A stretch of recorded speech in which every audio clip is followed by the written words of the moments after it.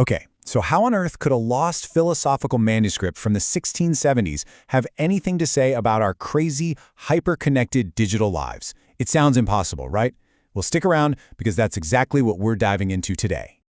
I mean, think about it. It's the great paradox of our time. We have more ways to connect than any other people in history. Smartphones, social media, instant everything, and yet somehow we seem more divided and more alone than ever.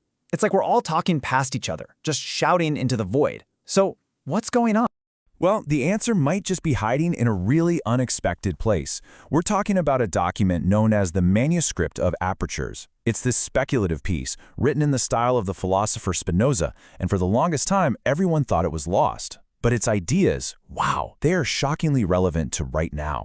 To really get what this manuscript is saying, we've got to start with its core concept. And I'll be honest, it's a bit of a mind-bender. It asks us to totally rethink what a person, what you really is. So the manuscript says we're not these separate, isolated little individuals walking around. No.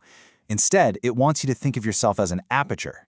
You're like a unique window, a special lens. And through that lens, the entire infinite universe gets to express itself. You're not just a thing in the universe is literally flowing through you. And the author gives us this incredible metaphor to help us grasp it. We think we're like billiard balls bouncing off each other, but really we're more like waves in one massive ocean. A wave looks separate for a moment, but it's always part of the ocean. That sense of separation, it's just an illusion. And this idea, it's the key to everything else. Okay, so if we're all connected, if we're all waves in the same ocean, why is communication so broken?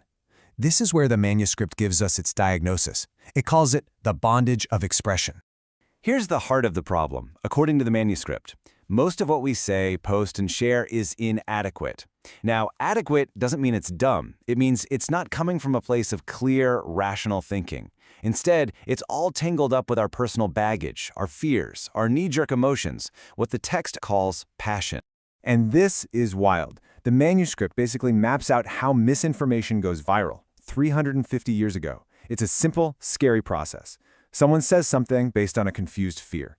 Someone else hears it and reacts emotionally, adding their own fear to the mix. A third person gets that amplified version, and boom, a delusion just spreads like wildfire. And get this, the manuscript even has a name for where this happens. Resonance chambers of passion. I mean, come on, that is a perfect 17th century description of a social media echo chamber. It's a place where all those confused, emotional ideas just bounce around, getting louder and louder until they drown out any chance of reason. But okay, it's not all doom and gloom, not at all. The manuscript doesn't just diagnose the sickness, it gives us a prescription. It shows us a path to break free from this bondage. The author lays out these two paths for us. On one side, you've got the bondage of expression. It's murky, it's driven by messy emotions. But then there's the other path, the liberation of expression. This one is all about clarity, about communicating adequate ideas that are grounded in reason and evidence that we can all look at together. And here's where a really cool idea comes in. You know, with stuff like bread, if I share my loaf with you, I have less bread. It's a zero-sum game. But understanding, it doesn't work that way. When I share a clear, adequate idea with you, I don't lose it. In fact, we both win. Explaining it makes it clearer in my own head, and you gain new knowledge. Understanding isn't divided when it's shared, it's multiplied. And all of this builds toward creating something the manuscript calls a commons of understanding. The best example we have today is probably the global scientific community, right? It's this huge network where ideas are shared, tested, challenged, and improved. The collective brainpower of that network is way, way bigger than any single scientist. It's like a distributed mind, all of us getting smarter together. And it gets even deeper.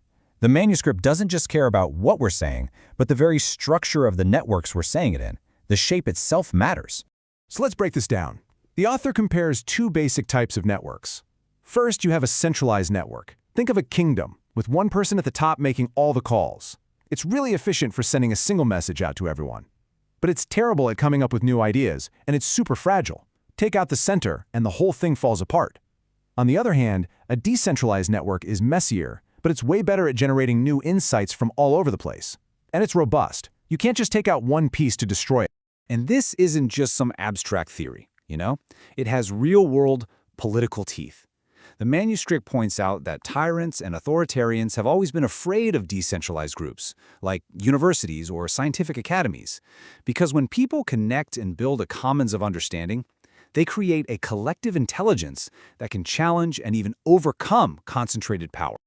So now we arrive at what is, for my money, the most stunning, the most profound part of this entire philosophy. It asks the ultimate question: what is all of this for? What is the actual point of understanding each other? The author basically tells us that we've been thinking about communication in way too small a way. It's not just about swapping facts or getting things done. It is about something infinitely bigger. Here it is. The ultimate purpose of communication, according to this manuscript, is the universe becoming conscious of itself. I mean, just let that sink in for a minute. When you and I really truly connect over an idea, when we have that aha moment together, it's not just two little people agreeing. In this view, it's the universe itself, the whole shebang, experiencing itself through our two unique perspectives, and in that moment, knowing itself more deeply than it could before. And that feeling, that amazing feeling of connection, of joy, of love that you get when you feel truly seen and understood, the manuscript says that's not just your personal emotion. That feeling is the infinite substance experiencing its own unity. It is the universe loving itself, through you. Our human connection becomes a channel for something cosmic. So we're left with this final, incredibly powerful question.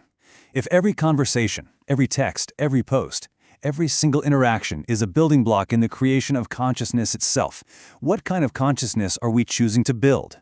Are we building more of those resonance chambers of passion, just amplifying fear and confusion? Or are we trying, together, to build a commons of understanding, to help the universe and ourselves to see just a little bit more clearly? The choice this 350-year-old manuscript suggests is ours.